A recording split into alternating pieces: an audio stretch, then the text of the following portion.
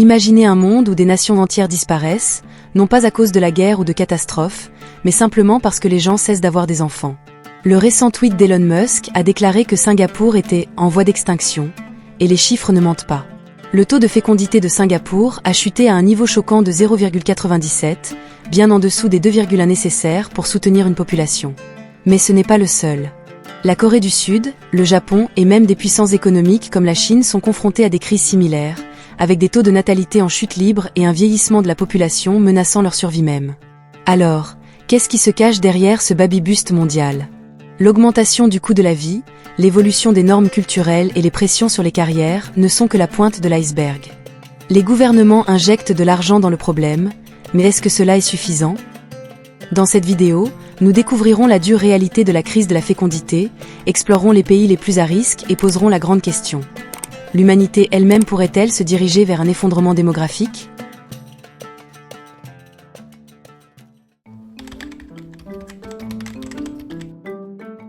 Commençons par Singapour, un centre mondial prospère connu pour son économie en plein essor et ses infrastructures modernes. Pourtant, sous ses gratte-ciels étincelants et ses rues animées se cache une réalité troublante. Le taux de fécondité de Singapour a chuté à seulement 0,97, l'un des plus bas du monde. Cela signifie que la femme moyenne à Singapour devrait avoir moins d'un enfant au cours de sa vie, bien en deçà des 2,1 nécessaires pour nourrir une population. Le gouvernement est conscient du problème depuis longtemps et a presque tout essayé pour inverser la tendance.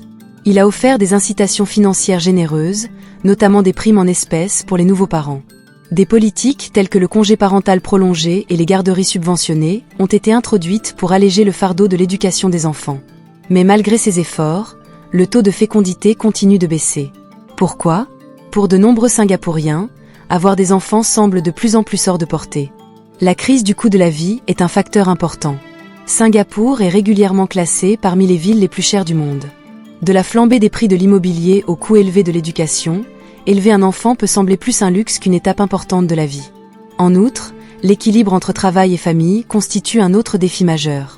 La culture du travail à Singapour, qui se caractérise par un rythme rapide et une forte pression, laisse peu de temps pour planifier les naissances. De nombreux jeunes couples se sentent dépassés par l'idée de jongler entre une carrière exigeante et les responsabilités parentales. Il y a également un changement culturel à l'œuvre. De nombreux jeunes accordent la priorité à leur carrière, à leur voyage et à leur liberté personnelle plutôt qu'à la création d'une famille. Ce phénomène n'est pas propre à Singapour, c'est une tendance que nous observons dans le monde entier, mais il frappe durement les pays où le taux de natalité est déjà faible. Le résultat ? Une population vieillissante et moins de jeunes pour faire avancer l'économie.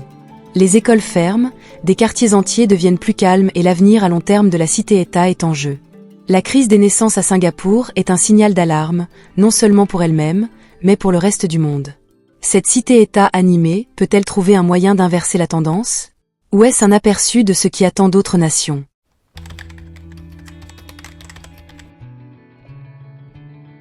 La lutte de Singapour contre les faibles taux de fécondité n'est qu'une pièce d'un puzzle beaucoup plus vaste. Partout dans le monde, les pays sont aux prises avec un changement démographique surprenant. Les taux de natalité chutent, les populations vieillissent et certaines nations risquent de disparaître complètement. Il ne s'agit pas seulement d'un problème régional, mais d'un phénomène mondial aux conséquences profondes. Prenez l'exemple de la Corée du Sud. Elle détient le titre douteux d'avoir le taux de fécondité le plus bas du monde, qui est tombé à 0,72 en 2023.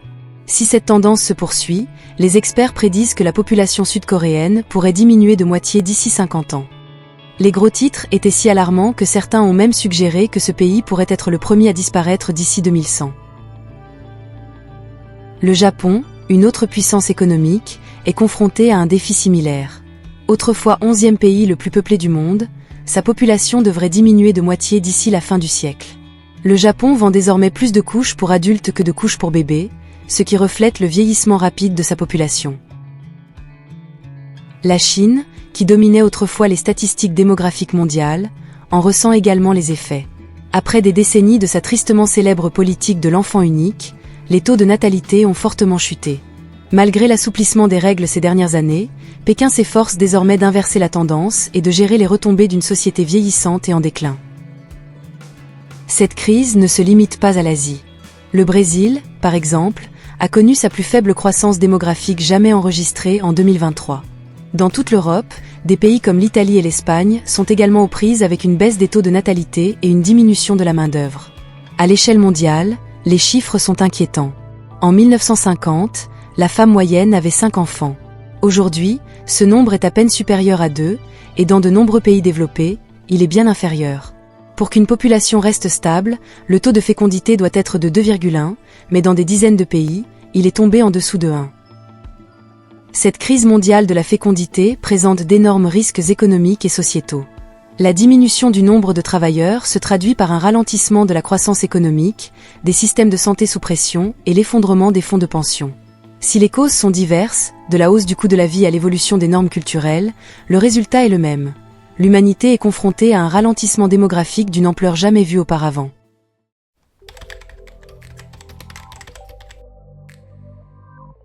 Pourquoi les taux de natalité chutent-ils partout dans le monde? Les raisons sont complexes et interconnectées, reflétant des changements profonds dans la façon dont les gens vivent, travaillent et pensent à la famille. L'un des facteurs les plus importants est l'urbanisation croissante. Plus de personnes que jamais vivent dans les villes, où l'espace est limité, les coûts du logement sont exorbitants et la pression financière pour maintenir un certain niveau de vie est implacable. Pour de nombreux jeunes couples, l'idée d'ajouter un enfant à cette équation déjà difficile semble insurmontable.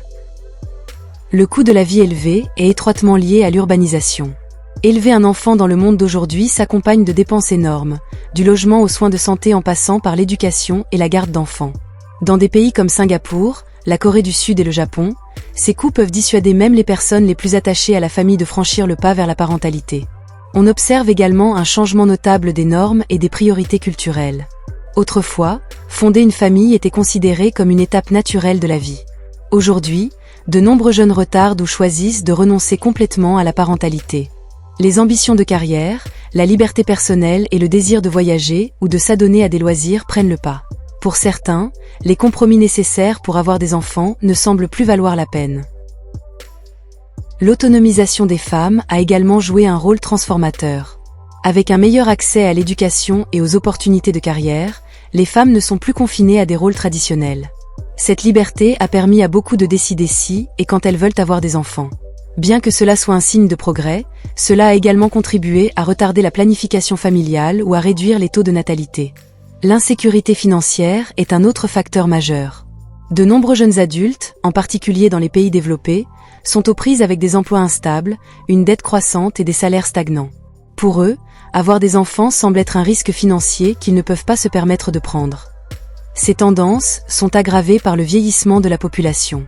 À mesure que les sociétés vieillissent, les jeunes générations doivent faire face à des responsabilités croissantes pour prendre soin des membres âgés de la famille, ce qui ajoute un niveau supplémentaire de stress et de fardeau économique.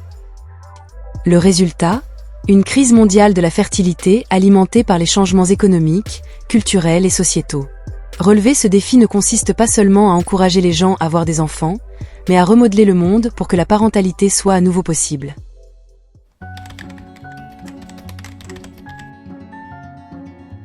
La crise mondiale de la fertilité n'est pas seulement un problème démographique, c'est une bombe à retardement économique.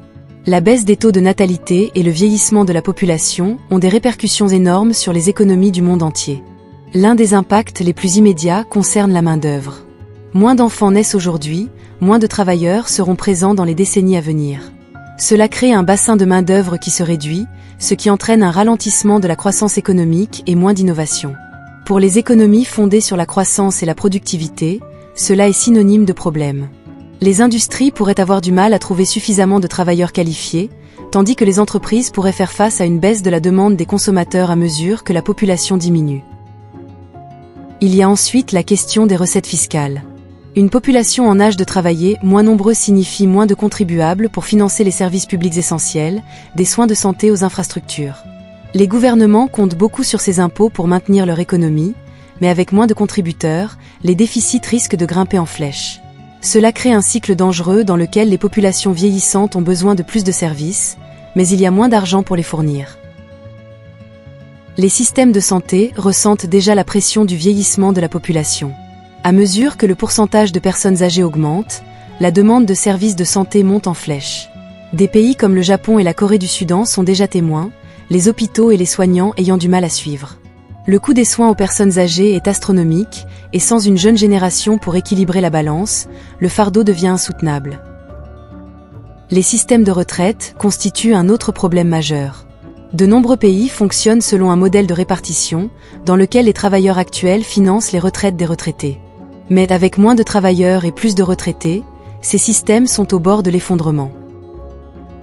Sans réforme, de nombreux pays pourraient être confrontés à des crises des retraites qui laisseraient des millions de citoyens âgés sans soutien financier. Même les marchés de consommation sont touchés. Le vieillissement de la population signifie un changement dans les habitudes de consommation. Moins de dépenses pour des biens tels que le logement, la technologie et les loisirs, et plus pour les services de santé et de retraite. Ce changement pourrait conduire à une stagnation à long terme dans les secteurs qui dépendent des jeunes consommateurs. Les conséquences économiques de la baisse des taux de fécondité sont claires: moins de travailleurs, moins de consommateurs et une pression croissante sur les services publics. Si les gouvernements n'agissent pas maintenant, le coût de l'inaction pourrait remodeler l'économie mondiale telle que nous la connaissons.